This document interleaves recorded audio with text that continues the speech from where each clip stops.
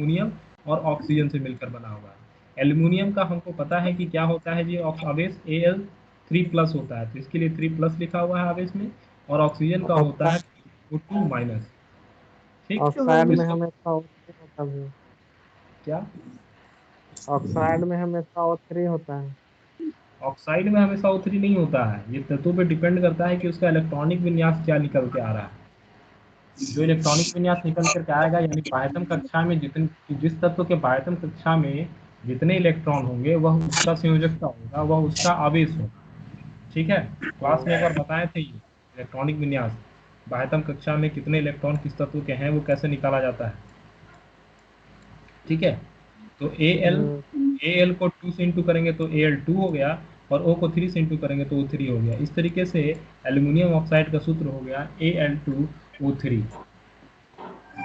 उसी तरीके से आपको कैल्शियम ऑक्साइड का सूत्र दिया गया है। कैल्शियम ऑक्साइड में कैल्शियम होगा और ऑक्सीजन होगा। कैल्शियम का संयोजकता 2 होगी और ऑक्सीजन की संयोजकता 2-। दोनों को इंटू करेंगे तो क्या आएगा, सी, देखिए यहाँ पर क्या आ जाएगा, CA2O2 आ जाएगा ना। हाँ, और Ca2। यहाँ पर करेंगे हम CA2O2, O2। ये मिलेगा। और यहाँ पर ध्यान दीजिएगा कि कैल्शियम ऑक्साइड का सूत्र ये नहीं होता है, कैल्शियम ऑक्साइड का सूत्र होता है CaO। ठीक है, ऐसा ये इसलिए हुआ क्योंकि ये भी 2 प्लस में है और ये भी 2 माइनस में है। 2 प्लस और 2 प्लस, 2 भैया प्लस एक और मिनट, 2। ये O3 लिखे हैं, नहीं सिर्फ O ना? केवल O है, ऑक्सीजन CaO। Ca, अच्छा। और यहाँ पर नीचे लिखे CO, कि ये कैल्शियम ऑक्साइड का ये सूत्र होता है। ठीक है, पर अगर हम गुना करेंगे तो हमको तो मिलेगा CA2O2, गुना करने पर तो ये हाँ मिलेगा ना। तो क्या लिखता है, देखिए हाँ। यहाँ पर प्रयुक्त दोनों तत्वों की संयोजकता एक समान है। दोनों तत्वों की संयोजकता एक समान है, Ca का भी 2+ है और O का भी 2- है, यानी संयोजकता एक समान है। अतः इसका सूत्र CA2A3 होगा। ठीक है, ये होगा, ये सूत्र इसका ये होगा, ये सूत्र सही लिखा हुआ है क्योंकि मल्टीप्लिकेशन करने से ही सूत्र बनता है। किंतु हम इस सूत्र को CO के रूप में भी सरल लिख सकते हैं। इसका मतलब क्या हुआ कि जब आप इसको भी लिखिएगा तो भी सही है और इसको लिखिएगा तो भी सही है, पर अच्छा। ज्यादातर नीचे वाला लिखा जाता है। जब संयोजकता दो तत्वों की संयोजकता एक समान हो जाती है तो उसमें उसमें नंबर्स को हटा करके केवल तत्वों के नाम लिख दिए जाते हैं। अच्छा भैया, दोनों 2+ में था इसलिए। हाँ, दोनों प्लस में नहीं है, एक प्लस और में एक अगर माइनस में। एक प्लस में ये एक माइनस, माइनस में, तो प्लस बहुत प्लस छोटा। माइनस माइनस क्या? हाँ प्लस माइनस माइनस हो गया, वो नहीं समझिए, नहीं तो फिर आप सब जगह वही करेंगे ना, जैसे इधर में प्लस, यहाँ पर प्लस था, यहाँ पर माइनस था, तो प्लस माइनस माइनस करके फिर -1 बचा, वो नहीं करना है। अच्छा। ठीक है, यहाँ पर हम्म। तब बस संयोजकता, ये ऐसा नहीं है कि ये हट गए हैं, ये वाला भी सूत्र आपका सही है। ये हाँ। वाला सूत्र अगर लिखते हैं CA2O2 तो भी ये सही है, इसमें कोई दिक्कत नहीं है। पर इसको सरल रूप से लिखने के लिए हम लोग CaO का प्रयोग करते हैं, सरलता से लिखने के लिए भैया CaO का प्रयोग अगर करते हैं। ऑप्शन में अगर दोनों दिया हुआ रहे तो हाँ, क्या तो ऑप्शन करेंगे? में अगर दोनों दिया रहा है तो दोनों आंसर होगा, A और B दोनों। अच्छा। बुझा हुआ चुना दोनों कहलाएगा। हाँ, ठीक है, इसी तरीके से बिना आगे भी बुझा हुआ। इसमें इसमें जल नहीं है, बिना बुझा हुआ है। हाँ, बिना H बुझा हुआ। H नहीं है इसमें। सोडियम नाइट्रेट, देखिए अगला सूत्र लिखता है सोडियम नाइट्रेट का। सोडियम नाइट्रेट में क्या हो गया जी, सोडियम हो गया और नाइट्रेट हो गया। क्योंकि इसमें नाइट्रोट, जैसे हम लोग ऑक्साइड यहाँ था तो ऑक्साइड के लिए भी O ले लिए, ले लिए ना जी। यहाँ क्लोराइड था, इस 4 नंबर में क्लोराइड था तो क्लोराइड के लिए ही क्लोरीन ले लिए। यहाँ भी ऑक्साइड था तो ऑक्साइड के लिए ऑक्सीजन ले लिए। पर यहाँ पर देखिए कि नाइट्राइट के लिए एक अलग फॉर्मूला होता है NO3, इसलिए नाइट्राइट का हम बेसिक फॉर्मूला NO3 ले लिए। यहाँ नाइट्राइट जो है वो किससे बना हुआ है, नाइट्रोजन और ऑक्सीजन, ये खुद का एक नाइट्रेट नाइट्रेट जो होता है वो खुद का एक यौगिक है जो नाइट्रोजन और ऑक्सीजन के मिलने से बनता है। ठीक है, नाइट्रेट, ठीक है, इसलिए नाइट्रेट का फॉर्मूला NO3 होता है, इसलिए हम लोग नाइट्रेट को NO3 ले लिए और सोडियम का Na ले लिए। Na में एक प्लस होता है, उसकी संयोजकता एक प्लस होती है, और NO3 की संयोजकता एक माइनस होती है। अब यहाँ भी देखिए एक प्लस में है और एक माइनस में है, तो क्या करेंगे, Na Na को 1 से गुना करेंगे तो Na, और NO3 को 1 से गुना करेंगे तो NO3। इसलिए सोडियम नाइट्रेट का जो फॉर्मूला हो गया वो हो गया NaNO3। ठीक है। अब देखिए, अब यहाँ पर समस्या है, नीचे वाला समस्या है कैल्शियम हाइड्रोक्साइड में। कैल्शियम हाइड्रोक्साइड में मतलब कैल्शियम चाहिए Ca, और हाइड्रोक्साइड का फॉर्मूला होता है OH। कैल्शियम की संयोजकता होती है 2+, और ऑक्साइड की संयोजकता, हाइड्रोक्साइड की संयोजकता होती है 1-। अब यहाँ पर क्या किया गया है, Ca को 1 से गुना कर दिया जाता है और OH को 2 से। ठीक है ना, OH को 2 से। चूंकि OH जो है एक प्रकार का आयन है, एक प्रकार का क्या है, आयन है, इसलिए इसको कैपिटल लेटर में रखा, इसलिए इसको ब्रैकेट में डाल दिया जाता है। इसलिए इसे क्या किया जाता है, ब्रैकेट में डाल दिया जाता है। 1 मिनट भैया, ये फिर से बताइए ना। देखिए, अगर हम यहाँ पर OH जो है इसको ऐसे लिख दें, OH, यहाँ लिख दें 2, तो इससे क्या पता चल रहा है, क्या OH 2 है, इससे OH 2 का पता चल रहा है कि केवल नहीं, H 2 है, इससे पता, सिर्फ इससे H2 पता है ये पता चल रहा है, इससे पर H2 ब्रैकेट है, डालने पे OH2 है ये पता बस चलेगा ना। बस यही काम, बस इसीलिए ब्रैकेट दिया गया। ऑन कर देंगे तो। ठीक है ना, ये तो समझ में आ गया, आसान चीज है। OH ब्रैकेट 2, क्योंकि OH को 2 से मल्टीप्लाई करना है, यानी OH 2 बार होंगे, इसलिए OH को ब्रैकेट में डाल करके 2 किया गया। अगर हम अकेले दे देंगे तो फिर OH नहीं, केवल H2 ही दिखाई देगा, जिससे ये प्रश्न गलत हो जाएगा। तो ये है बेसिक तरीका, ये बेसिक तरीका है जहां पर हम लोग सूत्र लिखते हैं। ठीक है, बेसिक तरीका है जहां पर सूत्र लिखते हैं। आपको सूत्र लिखने के लिए एग्जाम में नहीं आएगा। ठीक है, विशाल को सीखना था सूत्र लिखने के लिए। विशाल, सूत्र लिखने के लिए आपको एग्जाम में, केमिकल रिएक्शन लिखने के लिए एग्जाम में नहीं आएगा। केमिकल रिएक्शन से संबंधित प्रश्न एग्जाम में जरूर आते हैं। ठीक है। अब देखिए आपके एग्जाम में प्रश्न क्या आता है। आपके एग्जाम में प्रश्न आता है इस चैप्टर से, इस टॉपिक से, आणविक द्रव्यमान और मोल संगम। ठीक है, आपका प्रश्न दिया रहेगा आपके क्वेश्चन में। आपको पिछले वाले सेट अगर पढ़े होंगे ग्रुप डी का, तो उसमें ये प्रश्न आपको जरूर मिलेगा। जल H2O के सापेक्ष आणविक द्रव्यमान का परिकलन कीजिए। H2O में कितना आणविक द्रव्यमान होता है वो परिकलन करना है। इससे पहले हम लोग पढ़े क्या, इससे पहले आप पढ़े कि ऑक्सीजन का आणविक द्रव्यमान कितना होता है, ऑक्सीजन का परमाणु द्रव्यमान कितना होता है, 16। ऑक्सीजन का परमाणु द्रव्यमान 16 होता है। और इसका सापेक्ष आणविक द्रव्यमान कितना होगा, तो ऑक्सीजन का कोई सापेक्ष आणविक द्रव्यमान नहीं होगा। पहला चीज क्लियर कीजिएगा कि ऑक्सीजन का कोई सापेक्ष आणविक द्रव्यमान नहीं होगा, क्योंकि ऑक्सीजन में कोई अणु मौजूद नहीं है। ऑक्सीजन में कोई अणु मौजूद नहीं है, ऑक्सीजन में केवल ऑक्सीजन के परमाणु मौजूद हैं अभी, इसलिए उसके परमाणुओं का भार अभी एटॉमिक मास 16 होता है। पर कब ऑक्सीजन का निकलेगा जी आणविक भार, ये जब ऑक्सीजन O2 के रूप में दिया रहे, जब ये ऑक्सीजन O2 के रूप में दिया रहे, तब जाकर के आप इसका आणविक भार निकालेंगे। इसका आणविक भार कितना हो जाएगा,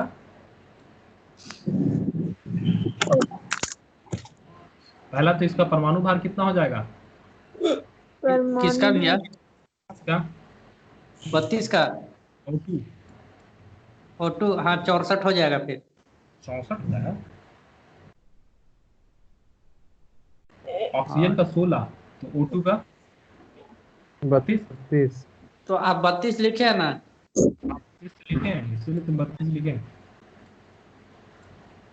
अच्छा हाँ, ऑक्सीजन का 16, तो O2 का कितना, ऑक्सीजन के एक मॉलिक्यूल का 16, तो ऑक्सीजन के 2 मॉलिक्यूल का कितना, 32 हो जाएगा ना। तो ऑक्सीजन ये O2 का जो आणविक भार होता है वो 32 होता है, जब O2 लिखा रहेगा तब। और जब O3 आ जाएगा, जब तब ओजोन आ जाएगा तो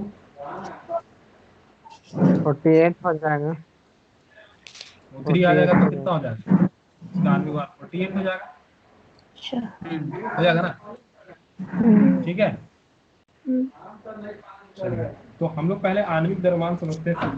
निकला ये एग्जाम में आपको एक प्रश्न पूछता है, आपको इस तरह का एक यौगिक दे देगा H2SO4, H2O, C2H4, C6H3, बहुत सारे और भी जितने भी यौगिक हैं वो यौगिक दे देंगे और उसमें पूछा जाएगा आणविक द्रव्यमान। अभी से शब्दों को क्लियर होते चले जाइएगा, ठीक ना। अभी हम बात कर रहे हैं आणविक द्रव्यमान की, ठीक है। आणविक द्रव्यमान को पहले समझिए होता क्या है। आणविक द्रव्यमान का परिकलन करने के लिए परमाणु द्रव्यमान की अवधारणा का विस्तार किया जाता है। प्रत्येक पदार्थ का आणविक द्रव्यमान उसके सभी संगठक परमाणुओं के द्रव्यमानों के योग के बराबर होता है। इस प्रकार यह प्रत्येक अणु का वह सापेक्ष द्रव्यमान है जिसे व्यक्त करने के लिए परमाणु द्रव्यमान इकाई म्यू का प्रयोग किया जाता है। यानी इसमें आणविक द्रव्यमान किसी यौगिक का निकाले जाने वाला वह द्रव्यमान होता है जो उसके प्रत्येक अणुओं के द्रव्यमान के बराबर होता है, जो उसके द्वारा प्रत्येक अणु के द्रव्यमान के बराबर होता है। स्टेटमेंट थोड़ा सा विस्तृत है, पर अब समझिए कि निकाला कैसे जाता है। मान लीजिए हमसे पूछा जा रहा है, इसको साफ करते हैं। मान लीजिए हमसे पूछा जा रहा है कि जल का आयनिक द्रव्यमान ज्ञात कीजिए। क्या कीजिए? जल का आयनिक द्रव्यमान ज्ञात कीजिए। तो पहले जल का क्या सूत्र होता है जी? H2O। H2O में कितने तत्व मौल मिलकर बने हुआ है? H2O कितने तत्वों से मिलकर बना हुआ है? 2। 2। कौन कौन? हाइड्रोजन और ऑक्सीजन। हाँ। हाइड्रोजन और ऑक्सीजन मिलकर बना हुआ है, ठीक है।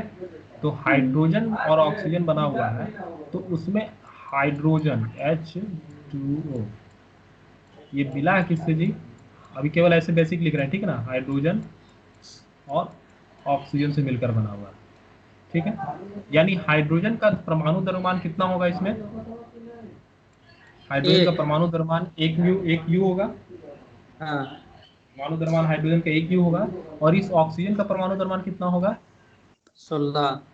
इसका 1 और इसका 16 होगा, ठीक है। कोई दिक्कत नहीं है ना। अब देखिए कि निकालेंगे कैसे हम लोग इनका आणविक द्रव्यमान। हाइड्रोजन कितने हैं? हाइड्रोजन 2 है। हाइड्रोजन के मॉलिक्यूल्स कितने हैं? 2 हैं। तो यहाँ कितने पुट करना पड़ेगा जी? 1 कितने बार आएगा? 2 बार। 1 2 बार। और ऑक्सीजन कितना है? ऑक्सीजन ऑक्सीजन ऑक्सीजन भी ऑक्सीजन को भी कितना? 2 बोल सकते हैं ना। ऑक्सीजन एक ही है ना यहाँ H2O में। हाइड्रोजन यहाँ पर 2 तो है और ऑक्सीजन कितना? एक ही ना है, एक। H2O। तो ऑक्सीजन के लिए 1 है, तो इसको ऑक्सीजन वाले परमाणु द्रव्यमान को 1 से गुना कर दिए, तो 2 एकम 2 हो गया और ये 16 एकम 16 हो गया। 16 ये 2 कितना हो गया? 18। 18, ठीक है। यानी ऑक्सीजन का यानी जल का आणविक द्रव्यमान कितना हो गया? 18 यू हो गया, ठीक है। ये अब थोड़ा बात समझ में आया कि हमने आणविक द्रव्यमान निकाला कैसे। हाँ।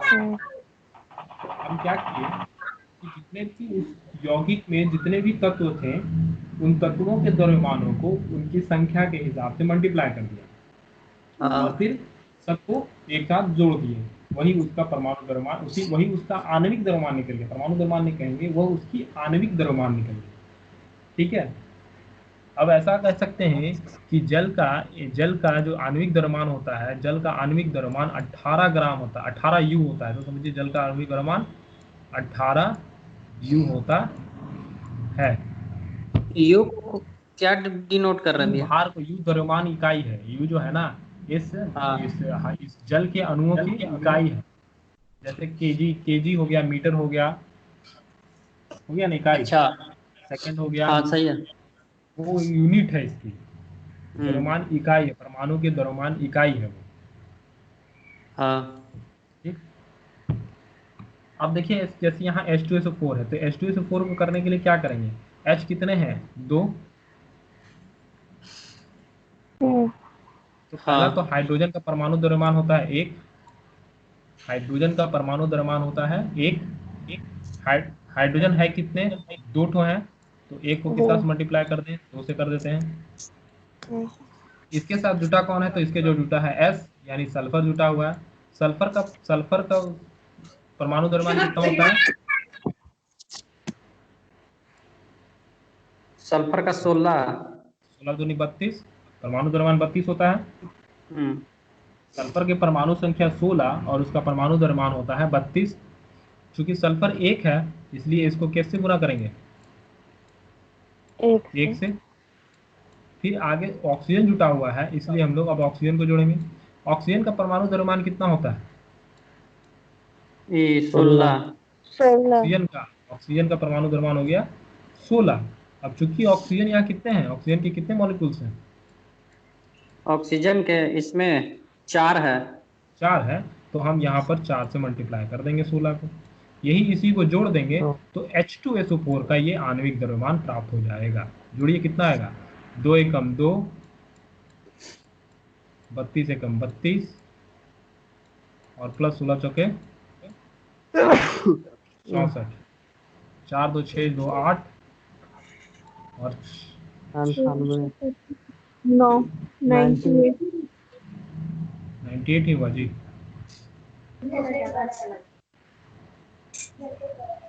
16 चौके 64, 4 2 6 6 2 8 6 3 9 98 हुआ ना। ये 98 H2SO4 का आणविक द्रव्यमान 98 होना चाहिए। ठीक है, सही है। सल्फ्यूरिक अम्ल यहाँ में 124 कहाँ से आ गया जी, 2 एकम 2 32 और 16 चौके 64, 64 और 32 कितना हो गया, 96 96 64 4 2 6 6 3 9 ठीक तो है, और 2 एकम 2 ठीक है, 98 ही होगा, गलती से लिख दिया मैंने, 98 यू होगा। ठीक है, H2SO4 का आणविक द्रव्यमान जो होगा वो 98 यू होगा। भैया हाँ, इसमें एक बार फिर से देखिए,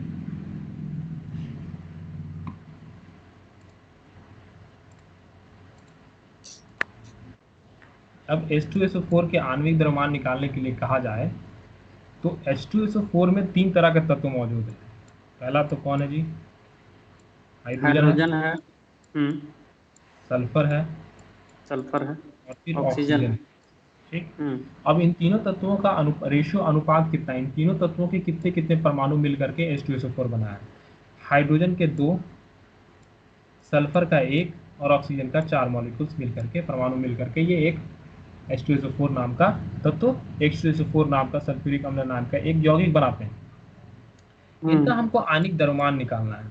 क्योंकि अगर एक हाइड्रोजन रहता तो उसका आणविक द्रव्यमान, उसका द्रव्यमान जो होता है वो 1 होता है। हाइड्रोजन का आणविक द्रव्यमान 1 होता है, पर हमारे पास यहाँ हाइड्रोजन है कितने, हाइड्रोजन है कितने 2 हमारे पास, 2। हाइड्रोजन 2 है। 2। इसलिए ये 1 इंटू 2 हो गया, 2 एकम 2 बार हो जाएगा इसका। अगर 3 रहता तो 3 से गुना कर देते हैं, 3 बार हो जाता है। प्लस अब सल्फर की बात करते हैं। सल्फर, सल्फर का जो आणविक द्रव्यमान होता है वो कितना होता है, सल्फर की परमाणु संख्या होती है 16 और उसका डबल कर देते हैं तो परमाणु संख्या आता है 32। सल्फर का 32 परमाणु नंबर। संख्या हो गया 32। चूंकि सल्फर के एक परमाणु है इसलिए 32 को गुना करेंगे 1 से। फिर इसके बाद ऑक्सीजन हमारे पास है, ऑक्सीजन के परमाणु संख्या होता है 8 और इसकी परमाणु द्रव्यमान हो जाएगा 16। ऑक्सीजन का परमाणु द्रव्यमान हो गया 16। चूंकि ये ऑक्सीजन एक नहीं 4 है इसलिए इसका पानी द्रव्यमान कितना हो जाएगा, 16 और 4। अब इनको सबको जोड़ देना है, 1 दूना हो गया 2, 32 से कम हो गया 32 32 और 16 चौके हो गया 64 64। इनको जोड़ेंगे तो आएगा कितना, 96 तो 98। हाँ ठीक है, 98 98। 98 यू आएगा। ठीक है, हाँ ये है आणविक द्रव्यमान निकालना। हाँ सबको समझ में आ गया जी। हाँ। हाँ हाँ भैया। चलिए एक आणविक द्रव्यमान निकाल के दीजिए तो जल्दी से, किसका भी है?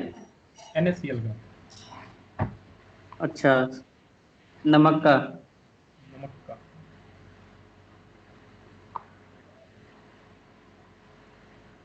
नमक का पता है, नहीं तो नमक का नहीं, इसका बताइए हमको, CO2 का। इसका बताइए, कार्बन डाइऑक्साइड का आणविक द्रव्यमान बताइए तो कितना होगा जल्दी से। CO2 का निकालना है।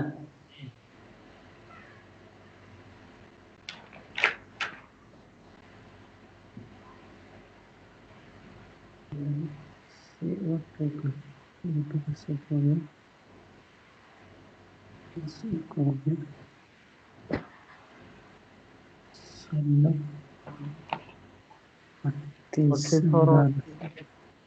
44 होगा भैया। 44 32 12 44 आ 32 रहा और है। 12 सबको आने दीजिए, सबका आने दीजिए। 44 सबका आ रहा है कि नहीं आ रहा है? भैया मेरा तो इतना आ नहीं रहा है। कितना आ रहा है?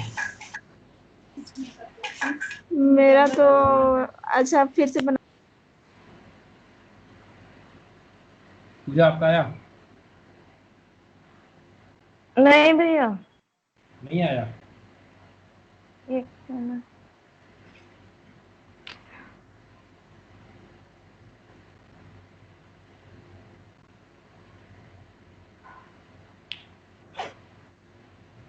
भैया मेरा तो 18 आ रहा है। 18 आ रहा है। अच्छा, नहीं नहीं, एक मिनट एक मिनट एक मिनट।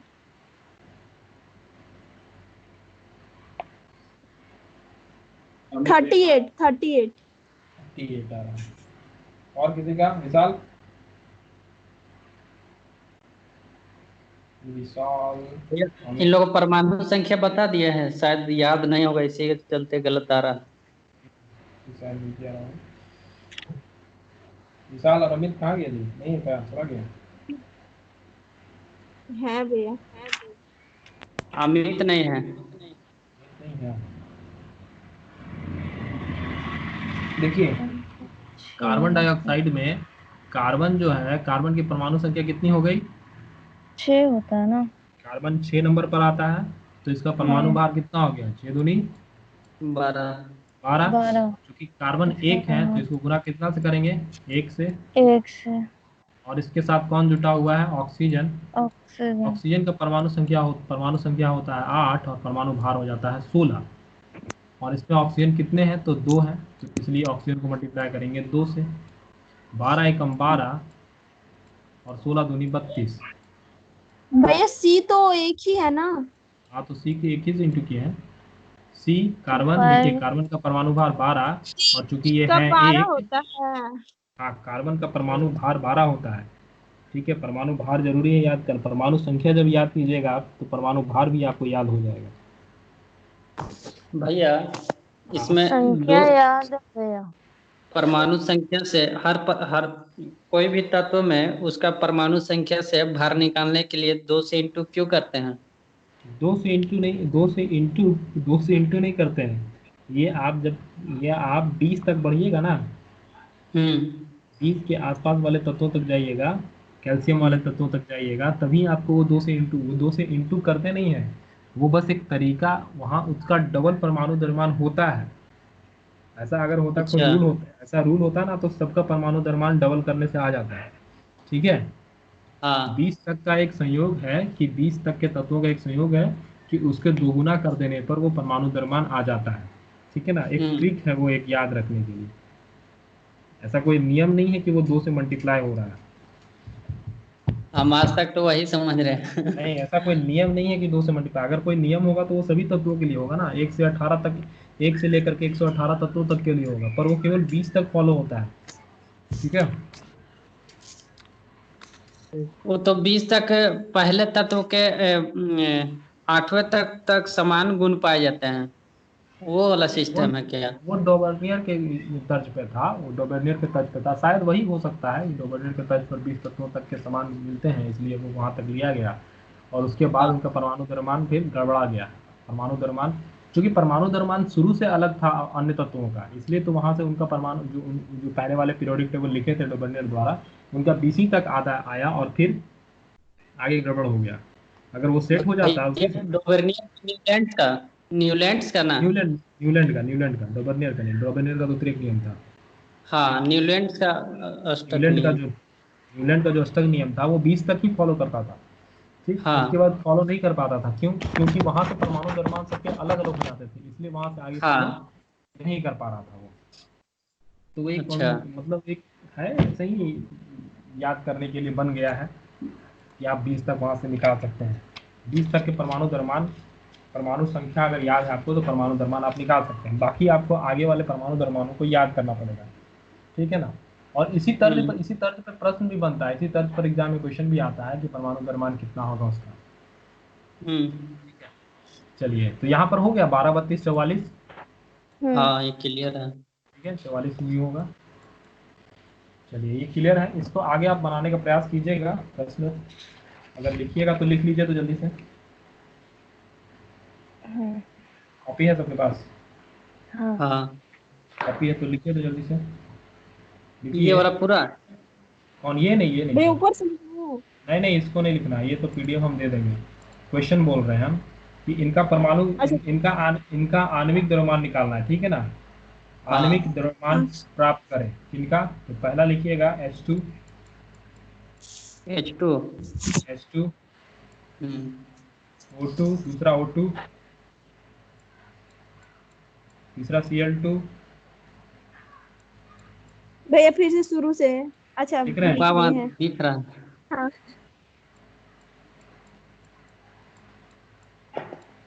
Cl2 है भैया तीसरा में। हाँ, Cl2।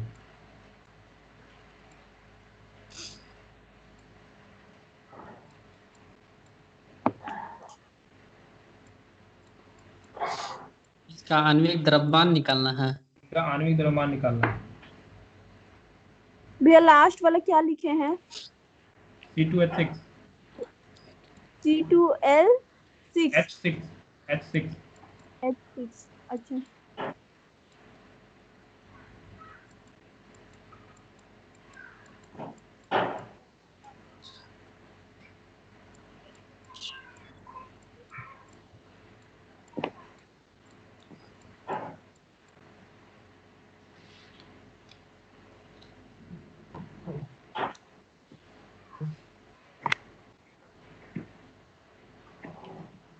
ठीक है। हाँ।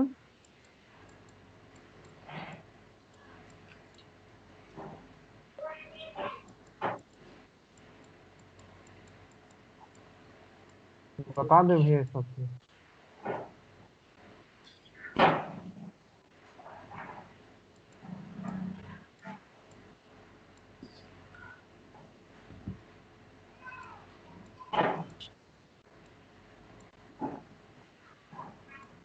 भैया हो गया, इतना ये HNO3 है ना, इसके बाद ये लिखे हैं नीचे, ये दूसरा है।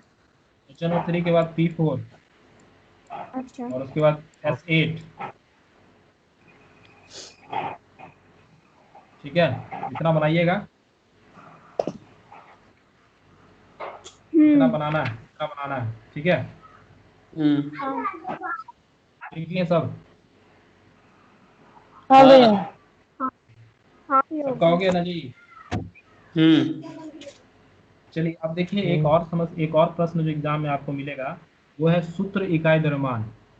सूत्र इकाई द्रव्यमान, जिसको हम लोग बोलते हैं आणविक द्रव्यमान। ठीक है, सूत्र इकाई द्रव्यमान के साथ यहाँ पर भी आपको वही रूल फॉलो करना है जैसे NaCl के लिए यहाँ पर बनाया गया है। देखिए, NaCl का परमाणु भार जो होता है वो 23 होता है। NaCl का परमाणु भार 23 होता है और क्लोरीन का परमाणु भार 35.5 U होता है। दोनों को फिर जोड़ करके 58.5 लाया गया। ये इस NaCl का आणविक द्रव्यमान है। ये NaCl का क्या है? आणविक द्रव्यमान है। उसी ठीक है, उसी सेम पैटर्न है, उसमें कोई नया रूल नहीं है। CCl4 कार्बन टेट्राक्लोराइड है, ये कार्बन टेट्राक्लोराइड है और इस कार्बन के टेट्राक्लोराइड का भी बेसिक फार्मूला से निकाला गया है। कार्बन का परमाणु भार 12 ले लिया गया है और क्लोरीन का परमाणु भार 35.5 होता है। और क्लोरीन यहाँ कितने हैं? 4। क्लोरीन यहाँ है 4, तो 35 को कितना से इसको कितना से गुना कर देंगे? 4 से गुना कर देंगे। जो रिजल्ट आएगा वो और ये 12, इन दोनों को जोड़ देंगे तो हमारा CCl4 यानी कार्बन टेट्राक्लोराइड का परमाणु भार निकल जाएगा। ठीक है, एकदम सेम टू सेम फॉर्मूला। आणविक द्रव्यमान। भैया ये Cl दोनों का 4 लिए हैं, मतलब साथ में C को अलग से नहीं करना है और 4 नहीं, ये L को। नहीं, L को नहीं, यहाँ Cl4 है। ये Cl4 है, कार्बन अलग है और Cl4 है। Cl4 को बोला जाता है टेट्राक्लोराइड। अच्छा। ठीक है, कार्बन 4 को बोला जाता है टेट्राक्लोराइड। चलिए, हो गया ये भी उसी तरीके से निकलेगा। अब मेन चीज है आपका मोल संकल्पना।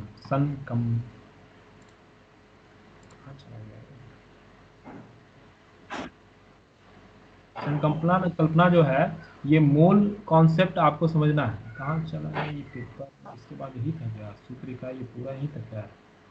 सूत्र इकाई द्रव्यमान आयनोजन सोडियम क्लोराइड, यहीं से सीधे मोल कॉन्सेप्ट पे चला गया, मोल संकल्पना पे चला गया ये। हाँ ठीक है, चलिए मोलर कॉन्सेप्ट पढ़ते हैं। यहाँ पर आपसे पूरा पूछा जाता है मोलों की संख्या निकालना। एक ये भी इंपॉर्टेंट प्रश्न के ऊपर आता है। मोल संकल्पना, मोल का संख्या निकालना, मोलों की संख्या निकालना। ठीक है, मोल संकल्पना आखिर होता क्या है? देखिए, मोल संकल्पना एक यूनिट है। एक क्या है? एक विशेष प्रकार का यूनिट है। जब कोई यौगिक बना, जब कोई अणु बनता है, जब कोई एक अणु होता है पदार्थ का, जैसे किसी भी पदार्थ का एक अणु बनेगा, या फिर हम कहें उसका परमाणु बनेगा, अणु या फिर परमाणु, या फिर कोई आयन बनेगा, तो उसके अंदर निश्चित एक संख्या होगी। जैसे बेसिक चीज ऐसे समझिए आप कि आप एक दर्जन में आप कितने, एक दर्जन में आप एक, जब एक दर्जन बोला जाता है तो आपके दिमाग में कितनी संख्या गिनती आती है? 12। 12। जब एक दर्जन बोला जाता है तो आपके दिमाग में यूनिट आता है 12। ठीक है, यानी एक दर्जन के बराबर 12 संख्या होता है।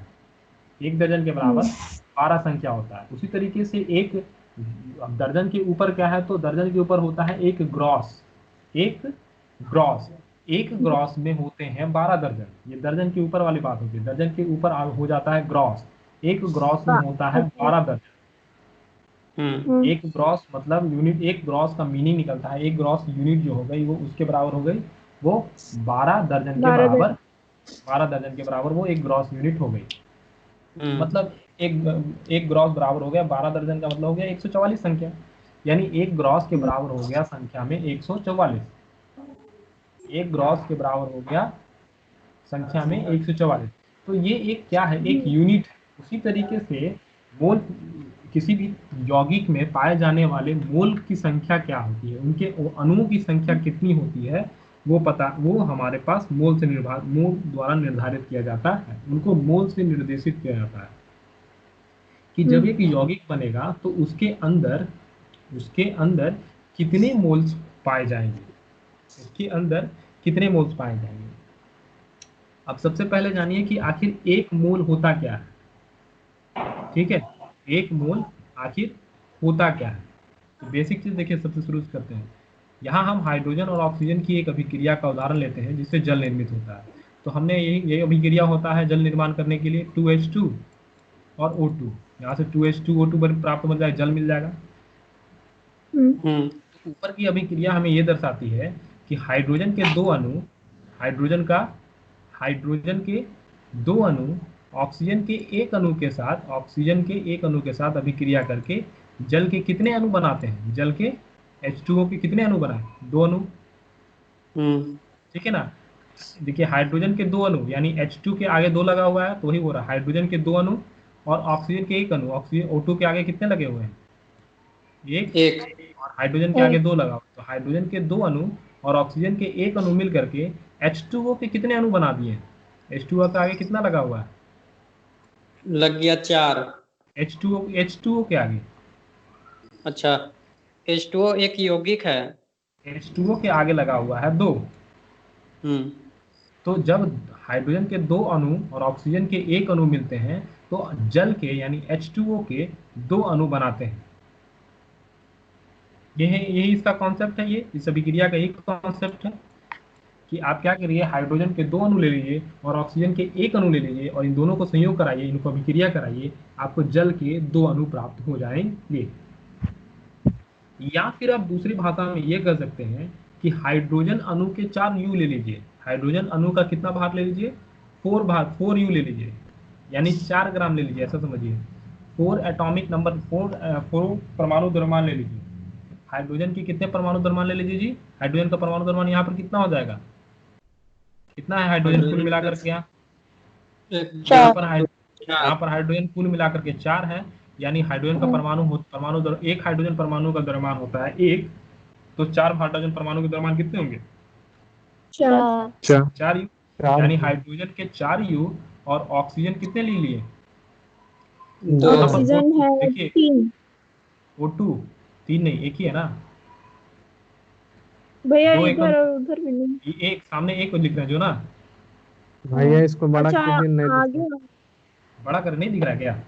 छोटा दिख रहा है क्या? हाँ कुछ भी नहीं। हाँ भैया, बहुत छोटा दिख रहा है। छोटा दिख रहा ना, एक सेकंड तक रुकना पड़ जाएगा ये। हम तो बड़ा करके देख रहे हैं। बड़ा हो सकता है क्या, क्योंकि यहाँ हमको करने में थोड़ा समय लग हाँ जाएगा। भैया, हो गया हो गया हो गया हो गया मेरे। काटे जाइएगा, थोड़ा दिख जाएगा। आप थोड़ा इसको हाँ, छोटा छोटा करके डालना पड़ेगा। तो यहाँ पर ऑक्सीजन के हमारे पास कितने अणु मिल गए? भैया इसमें पर इसका पीछे वाला लेते हैं ना, पीछे तो लिखा हुआ O2। O2 मिल लिखा हुआ है ना, तो ऑक्सीजन के कितने मॉलिक्यूल्स हो गए, कितने अणु हो गए? 2 2 अणु, 2 हो गए। हाँ। ऑक्सीजन के एक अणु का भार कितना होता है? 16 16। तो ऑक्सीजन के 2 अणु का भार कितना होगा? 32 32।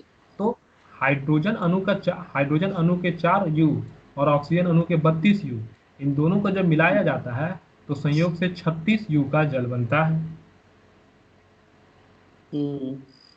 दोनों बात एक ही है।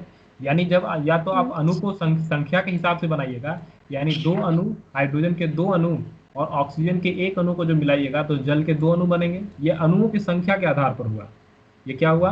पहला वाला जो हुआ वो अणुओं की संख्या के आधार पर हुआ, और दूसरा वाला ये कह सकते हैं अणुओं के भार के आधार पर हुआ। हाइड्रोजन अणु के 4 यू का मतलब हो गया एटॉमिक भार, और ऑक्सीजन अणु के 32 यू यानी भार, ऑक्सीजन अणु का भार हो गया। जब इन 32 यू और इस 4 यू को मिलाया जाएगा तो जल के 36 यू प्राप्त हो जाएंगे। तो दोनों एक ही चीज है, दोनों एक ही नियम है जल को बनाने के लिए। यानी हम दोनों तरीके कह सकते हैं, दोनों तरीके से जल बन सकता है। दोनों तरीके से जल बन सकता है। जब ये जब बन जाएगा, यानी उपयुक्त समीकरण से हमें यह निष्कर्ष निकलता है कि किसी पदार्थ की मात्रा उसके द्रव्यमान से अथवा उसके परमाणुओं की संख्या से अभिलक्षित होती है। दोनों से हो सकता है। ये नीचे वाला द्रव्यमान से था और ऊपर वाला परमाणु की संख्या से था, यही था ना। ऊपर वाला हम संख्या लिए, परमाणुओं की संख्या लिए थे, और नीचे वाला अणुओं के भार लिए थे। तो किसी पदार्थ की मात्रा जो है उसके द्रव्यमान और उसके परमाणुओं की संख्या, द्रव्यमान अथवा उसके परमाणुओं की संख्या से अभिलक्षित होती है, यानी दर्शाई जाती है।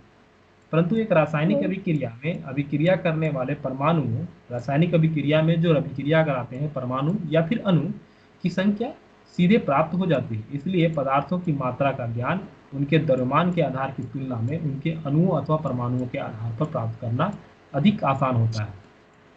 ये आगे नहीं समझ में आ रहा हो तो ये बताएंगे कि आखिर ये कह क्या रहा है। अतः एक नई इकाई मोल का यहाँ पर निर्माण होता है। यहाँ पर एक जन्म होता है मोल। ठीक है, मोल शब्द प्रस्तावित किया गया। मोल होता क्या है जी? ये किसी भी जाति, यानी आप परमाणु की बात कर लें या अणु की बात कर लें या आयन की बात कर लें या फिर किसी भी कण की बात कर लें, कि एक मोल से एक, या तो किसी परमाणु या अणु या आयन अथवा कण के मोल से अभिप्राय उस मात्रा से है जो ग्राम में उसके परमाणु अथवा आणविक द्रव्यमान के बराबर होता है। यानी जो किसी तत्वों के परमाणु भार को ग्राम में दर्शाता है, जो किसी तत्वों के परमाणु भार को ग्राम में दर्शाता है। मतलब इस 32 यू को, जैसे यहाँ पर लिखा हुआ ना 32 यू, अगर हम इसको 32 ग्राम कर देंगे, इसको हम 32 ग्राम कर देंगे तो ये फिर आणविक द्रव्यमान के बराबर, ये हमारा मोल में चला जाता है। ठीक, नहीं समझ में आया? चलिए आगे, तो नहीं समझ में आया, आगे और समझते हैं, आगे और जाते हैं, वहां पर समझ में आएगा। किसी भी पदार्थ के एक मोल, किसी भी पदार्थ का एक मोल में, एक मोल का मतलब हो गया उसके कणों की बात कर रहे हैं, उस पदार्थ के अंदर मौजूद होने वाले कणों की बात कर रहे हैं। तो उस पदार्थ में कणों, उस पदार्थ के कणों के तर्थ पर कोई भी कण हो सकता है। उसमें परमाणु हो सकता है, उसमें अणु हो सकता है, अगर यौगिक होगा तो अणु होगा, अगर तत्व होगा तो परमाणु होगा, या फिर आयन हो सकता है, आयन वाले भी तत्व हो सकते हैं। ठीक है, तो किसी भी पदार्थ का एक मोल की संख्या निश्चित होती है। एकदम इंपॉर्टेंट लाइन है, याद रखिएगा। किसी भी पदार्थ का एक मोल की जो संख्या होती है वो निश्चित होती है, जिसका मान होता है 6.022 × 10⁻23। ठीक, इस नंबर को याद रखिएगा। इस नंबर को दिया था एमिडियो अवोगाद्रो ने। ठीक है, एमिडियो अवोगाद्रो के द्वारा दिया गया यह नंबर है, इसलिए इसे अवोगाद्रो संख्या भी कहा जाता है। ठीक है, और ये संख्या है क्या? ये 1 मोल के बराबर वह संख्या है। किसी पदार्थ का 1 मोल बराबर 6.022 × 10⁻23 संख्या होती है। किस तरीके से? जिस तरीके से एक दर्जन में 12 संख्या होती है, एक ग्रॉस में 144 संख्या होती है, उसी तरीके से एक मोल में 6.022 × 10⁻23 संख्या होती है। क्लियर हो गया? अब हमको बस आपको ये बताना कि आखिर ये 1 मोल होता क्या है। ठीक है ना? नीचे समझते, यदि मोल एक संख्या से संबंधित है, परंतु यद्यपि मोल बताया क्या कि मोल एक संख्या से संबंधित रखता है, परंतु दर्जन और ग्रॉस की अपेक्षा इसका अन्य लाभ यह भी है कि किसी विशिष्ट पदार्थ का 1 मोल द्रव्यमान इसके निश्चित होता है। कोई मतलब नहीं, कोई काम का चीज नहीं है।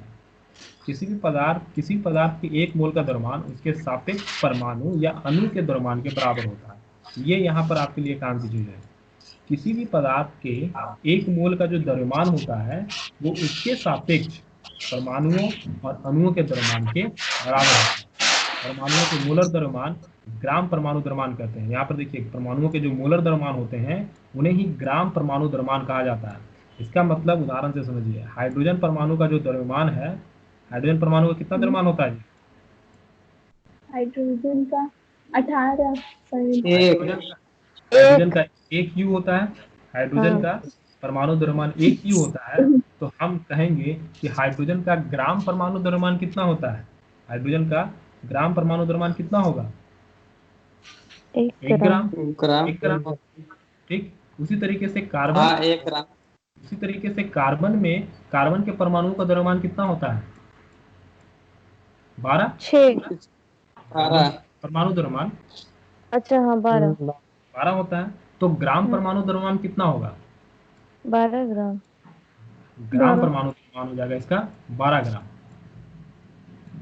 ठीक, ये चीज समझ में आई? सब जो भी होता है बस वो ग्राम में कर देंगे। ग्राम में अगर कर दीजिएगा तो वो उसको ग्राम परमाणु द्रव्यमान हो जाएगा। तत्वों के परमाणु के द्रव्यमान को अगर आप ग्राम में लिख दिए तो वो ग्राम परमाणु द्रव्यमान हो गया। अब इसको लिखने की क्या जरूरत पड़ी थी? तो इसको लिखने की जरूरत इसलिए पड़ी कि एक यू हाइड्रोजन में केवल 1 परमाणु होते हैं। ऐसा समझिए कि जब हम 1 यू लिखते हैं, हाइड्रोजन का द्रव्यमान 1 यू लिखते हैं ना जी, H का द्रव्यमान कितना हुआ जी? तो 1 यू होगा। तो 1 यू लिखने का मतलब हो गया कि हाइड्रोजन में 1 परमाणु है। ठीक, हाइड्रोजन में कितने हैं? 1 परमाणु है। और उस 1 परमाणु में कितने मोल परमाणु है? ठीक, इस एक यू में, यानी हाइड्रोजन का 1 यू, हाइड्रोजन में कितने परमाणु हैं? तो 1 परमाणु है, इसलिए इसका वजन हो गया 1 यू। अब इसको लिखा क्या जाएगा जी? 1 ग्राम। तो ये ग्राम परमाणु में बदल गया। ग्राम परमाणु का मतलब बदल गया, तो ये कितने में 1 ग्राम परमाणु में बदल गया। इसका मतलब ये हो गया 1 मोल। इसका मतलब ये हो गया 1 मोल। और इस 1 मोल में कितनी संख्या होंगी? 6.022 परमाणु होंगे। ठीक है, तो ये जो संख्या है ये केवल 1 यू के लिए कह रहा है। 1 यू में इतनी संख्या होती है। अगर हम कहें कि कार्बन का भार कितना होता है? कार्बन का 12 होता है। कार्बन का 12 होता है। तो 12 वाले कार्बन में, कार्बन 12 वाले में कितने कार्बन होंगे? 1 कार्बन। क्योंकि एटॉमिक भार 12 होता है ना जी, तो उसमें कितने कार्बन होंगे? अगर हम कहें 1 कार्बन कि अगर 12 म्यू हमारा कार्बन का है, तो इसमें आप कितने कार्बन को कहिएगा? कार्बन कितने लिखेगा? 1 ही कार्बन लिखिएगा। हाँ, अगर हम यहाँ पर लिख दें 24 म्यू, तो आप बोलिएगा कार्बन कितने हैं? हाँ जाएंगे C2 कार्बन 2। अगर यहाँ 48 लिख दें तो कार्बन कितने हो गए? 3 4 अच्छा 12 चौक 48 हाँ शिवा जी, हाँ, है 4 ना। हो जाएंगे। तो 12U का मतलब हो गया कार्बन कितना, 12U का मतलब हो गया कार्बन कितना, एक।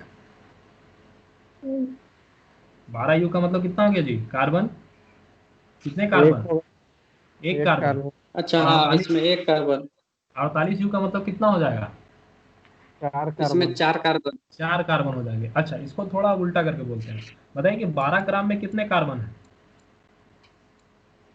12 ग्राम में 12 कितने ग्राम कार्बन? हम्म, एक एक कार्बन। 12 ग्राम में एक भी एक कार्बन। कार्बन होगा, क्योंकि इसको हम लोग किस में लिख दिए, यू को लिख दिए जी में, यानी ये ग्राम परमाणु भार हो गया। यानी 12 ग्राम में कितने परमाणु, कितने कार्बन है जी, एक कार्बन है। 12 हाँ, ग्राम में कितने कार्बन, तो एक कार्बन। एक है। एक कार्बन का मत एक कार्बन का मतलब, एक कार्बन का मतलब हुआ एक मोल, हम्म, एक कार्बन का मतलब हुआ एक मोल।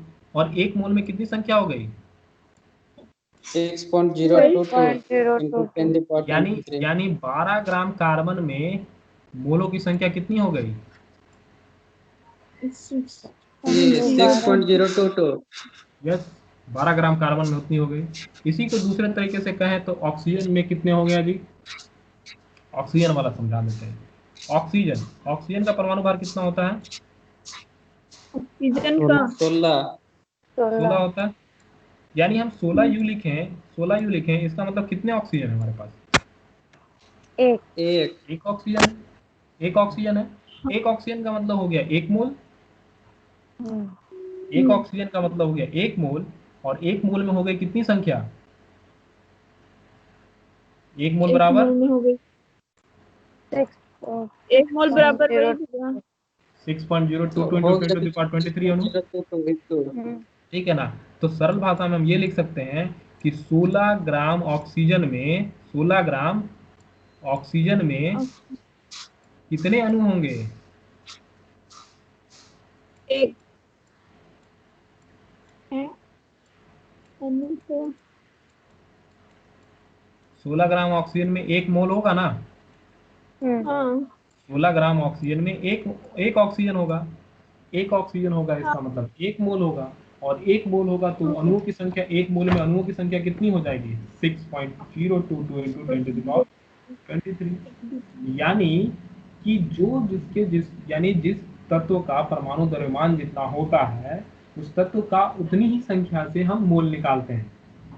समझ रहे हैं। अब देखें यहाँ पर क्या हो रहा है कि अगर 1 ग्राम है तो उसके लिए भी 6.022 10 to 23 जूल।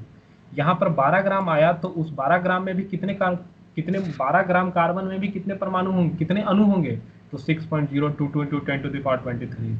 16 ग्राम ऑक्सीजन आया तो 16 ग्राम ऑक्सीजन में भी 16 ग्राम के एक ऑक्सीजन में कितने परमाणु होंगे, तो 6.022 into 10 to the power 23 मोल होंगे।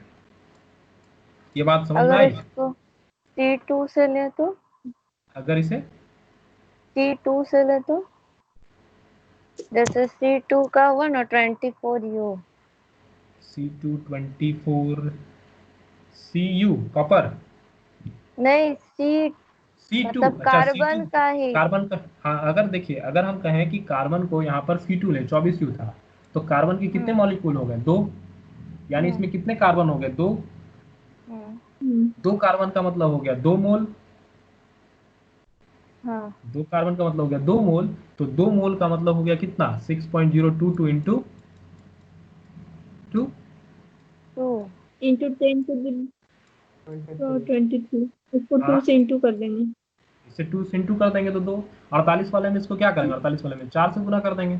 4 इतना हम्म। 6.022 into 10 to the power 4 into 4 moles होंगे 48 ग्राम में, ठीक है। हम्म। अब एक प्रश्न इसको देखिए कि क्या पूछता है एग्जाम में, देखिए क्या लिखा है, प्रश्न से समझ जाइएगा अब आप थोड़ा बहुत, कि निम्नलिखित में से मोलों की संकल्पना करें, मोलों की संख्या निकालें। निम्नलिखित में से मोलों की संख्या अपनी, प्रश्न दिया रहेगा कि 52 ग्राम हीलियम में, 52 ग्राम के हीलियम में मोलों की संख्या कितनी होगी, 52 ग्राम हीलियम में मोलों की संख्या कितनी होगी। तो देखिए आप पता कर लीजिएगा कैसे, आसानी से। हीलियम, 52 ग्राम हीलियम बोल रहा है। हीलियम का परमाणु भार होता है कितना है, पहले तो हीलियम का परमाणु संख्या बताइए। दो ना। हाइड्रोजन हीलियम दो, होता है, हाँ हाँ 2। परमाणु संख्या 2 होता है और इसका परमाणु भार होता है कितना है? 4। 4। 4 होता है। तो हीलियम का परमाणु भार होता है 4। इसका मतलब 4U में कितने हीलियम होंगे? 4U में कितना हीलियम होगा? 1। 1। 1। यानी कि 4 ग्राम में कितना हीलियम होगा? 1। और 4 ग्राम में 1 हीलियम होगा, तो 4 ग्राम में 1 हीलियम के साथ कितने कितने संख्या होंगी? चार वही चार एक 0.2। एक एक सेकेंड, एक सेकेंड, एक सेकेंड। 4 ग्राम में कितना हीलियम हुआ जी? 4 ग्राम में कितना एक हीलियम होगा? 1 हीलियम होगा। एक और एक हीलियम हुआ। 1 हीलियम का मतलब हो गया कितने मोल? 6.00 मोल इंटू मोल। 10⁻। 1 अभी मोल। अणुओं की संख्या नहीं, अभी मोल हम पूछ रहे हैं। ठीक है ना, वो होगा, वो तो हाँ होगा ही होगा। 1 मोल होगा। 4 ग्राम में कितना हीलियम है? 1 हीलियम। 1 हीलियम का मतलब हो गया 1 मोल, है ना? यानी यहाँ पता क्या चला कि 4 ग्राम में कितना मोल निकलता है? 1 मोल। 1 4 मोल। ग्राम में 1 मोल। हीलियम के 4 ग्राम में कितना मोल निकलता है? 1 मोल। अब यहाँ से हम आगे संख्या में इसलिए नहीं जा रहे हैं क्योंकि यहाँ पर क्या पूछा है, देखिए मोलों की संख्या पूछा है। यहाँ पूछा हमसे मोलों की संख्या, तो यही ना मोल की संख्या पता करना होगा।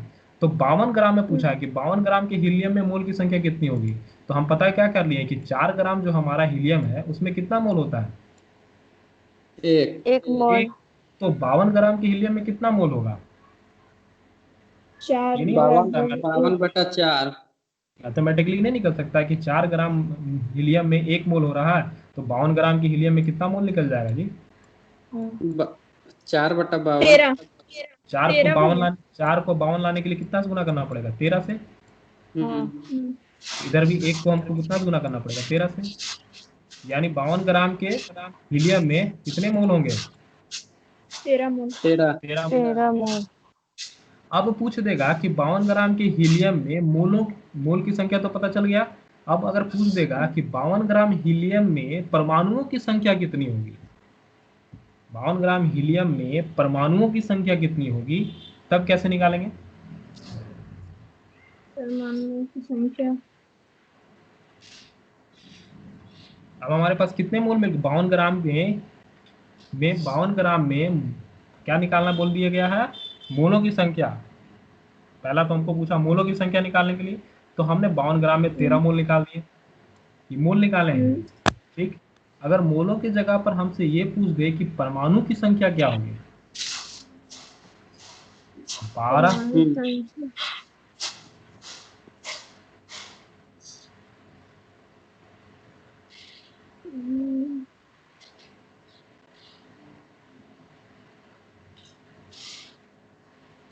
नहीं, एक मोल में कितने परमाणु होंगे? सॉरी, ये अणुओं की संख्या, परमाणुओं की संख्या, सॉरी गलती हो गई, गलती। परमाणुओं की संख्या नहीं, अणुओं की संख्या पूछ दे, ठीक है? तो अणुओं की संख्या पूछ देगा तो कैसे निकलेगा? 52 ग्राम हीलियम में अणुओं की संख्या बताइए। तो हमें पता है कि 4 ग्राम में 1 मोल होता है और 1 मोल बराबर होता है कितना? 4 1 ग्राम। मोल बराबर कितना बराबर संख्या होगा? 1 मोल के बराबर कितना होगा जी? 6.0022 हाँ? इंटू 10⁻15। जा रहे हैं तो जिद्दी कर लिया कि खाना नहीं बनेगा शाम को।